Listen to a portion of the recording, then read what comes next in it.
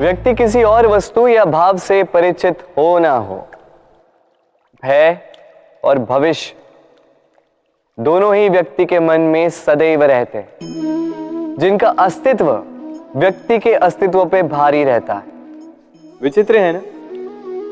वह वो है जिसे आप नहीं जानते, जो अनजान है, और इसी कारण आपको भय लगता है कि ना जाने क्या होगा। भविष्य वो है जो अब तक घटा ही नहीं, तो जो घटा ही नहीं उसके विषय में चिंता क्यों? आपके हाथ में है वर्तमान। वर्तमान के कर्म सत्य मन से कीजिए और सोचिए ये कि अपने कर्मों को और कितनी श्रेष्ठता से किया जा सकता है। इसलिए आप विश्वास कीजिए,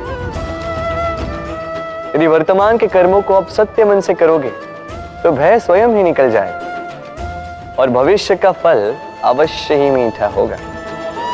इसलिए भय और भविष्य से डरना छोड़ दीजिए, इस वर्तमान को जी। जीवन में हम कई लोगों से मिलते हैं। आप भी ऐसे कई लोगों से मिले होंगे जिन्होंने स्वयं को असफल मान लिया, निराश हो चुके, जिन्होंने ये स्वीकार कर लिया है कि इस जीवन में उनसे कोई कार्य हो ही नहीं पाएगा, वो कुछ कर ही नहीं सकते, किसी कार्य के वो योग्य ही नहीं। किंतु ऐसा नहीं, इस संसार में ऐसा कुछ भी नहीं है जो योग्य नहीं है।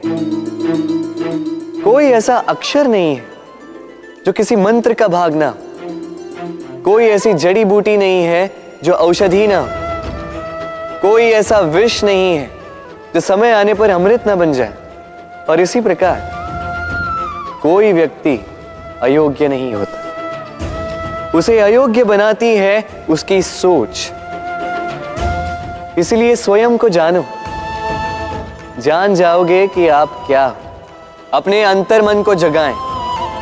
आप देखेंगे कि जिस संसार की नींव ही बनी है आशा से, उस संसार में निराशा, हताशा और हार जैसा कोई भाव अस्तित्व ही नहीं रखता।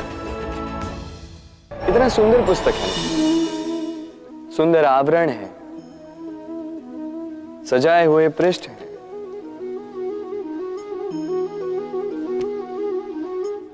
किंतु क्या ये सत्य में अद्भुत पुस्तक कहलाने की पात्र है? क्या इसमें जो लिखा है वो सत्य है, प्रेरणादायी है, हमारे लिए मूल्यवान है? कैसे निश्चय लिया जाए इस बात का? अब आप सोचेंगे कि सीधी सी बात है, आवरण को देख के पुस्तक की गुणवत्ता कैसे जानी जा सकती? इसके लिए तो आपको उसे पढ़ना होगा, उसे समझना होगा, समय देना होगा, है ना? बिल्कुल उचित सोच रहे हैं आप। बस आश्चर्य की बात यह है कि पुस्तक के विषय में आप ये सारी बातें जानते हैं, किंतु किसी व्यक्ति के विषय में आप ये सारी बातें मन में नहीं लाते। व्यक्ति का मूल्यांकन भी उसके वस्त्रों से, उसके शारीरिक रूप से या उसकी सुंदरता से नहीं किया जा सकता। उसके लिए आपको उस व्यक्ति को पढ़ना होगा, उसे समझना होगा, उसे समय देना होगा। पर हम क्या करते हैं? पहनावे, रंग, सुंदरता को देखकर आकर्षित हो जाते हैं, उसे प्रेम समझ बैठते हैं और आए दिन कोई ना कोई ये कहते सुनाई देता है कि उसकी प्रेम कहानी सफल नहीं हो पाई, उसे छल मिला।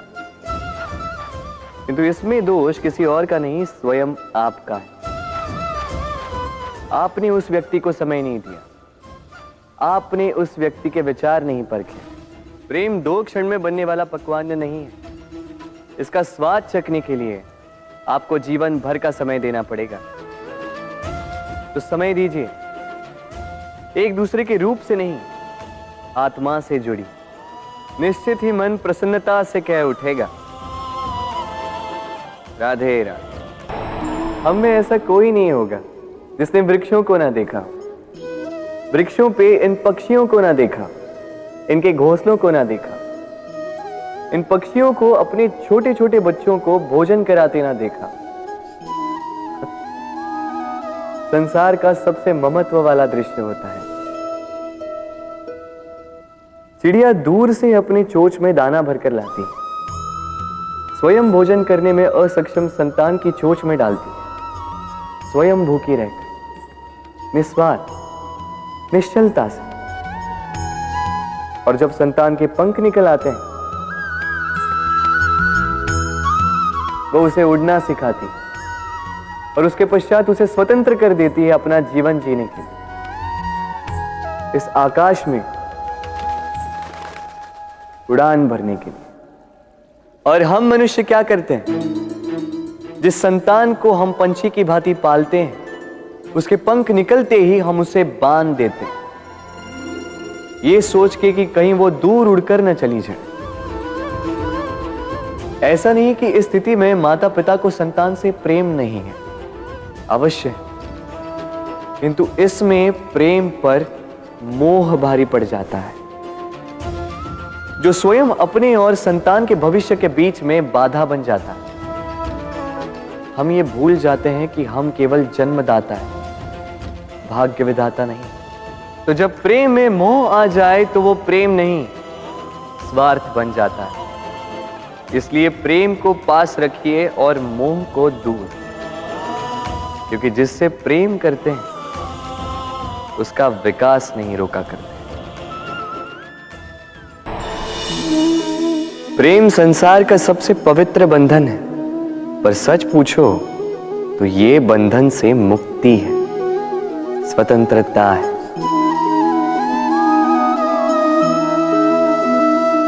नहीं समझे? समझाता हूं। यदि कोई आपका प्रेम ठुकरा दे, यदि कोई आपका प्रेम समझ ही ना पाए, तो क्या होगा? कुछ उदास हो जाएंगे, कुछ छल करके प्रेम पाना चाहेंगे, तो कुछ बलपूर्वक प्रेम पर अधिकार करना चाहेंगे।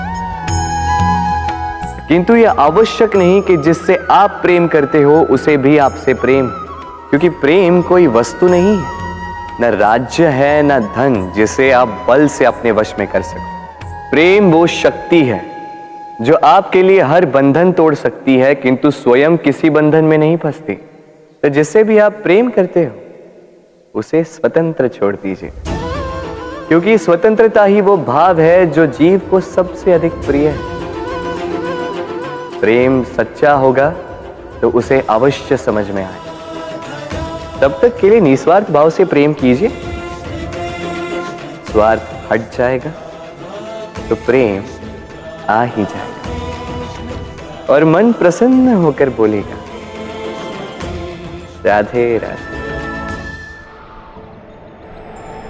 जब भी प्रेम की बात आती है, हम सबसे पहले मन में एक नायक और एक नायिका का चित्रण कर लेते हैं। क्यों? आपके साथ भी यही होता है ना? पर क्या प्रेम केवल नायक नायिका के आकर्षण का बंधन है?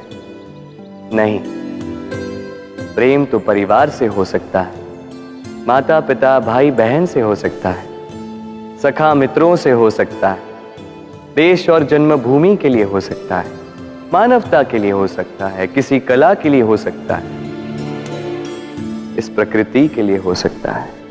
पर प्रेम कभी उस पन्ने पर लिखा ही नहीं जा सकता जिस पर पहले ही बहुत कुछ लिखा हो। जैसे एक भरी मटकी में और पानी आ ही नहीं सकता। तो यदि प्रेम को पाना है तो मन को खाली करना होगा, अपनी इच्छाएं, अपना सुख सब त्याग कर समर्पण करना होगा।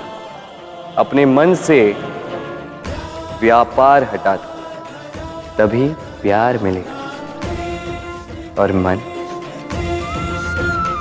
प्रसन्न होकर बोलेगा, राधे राधे।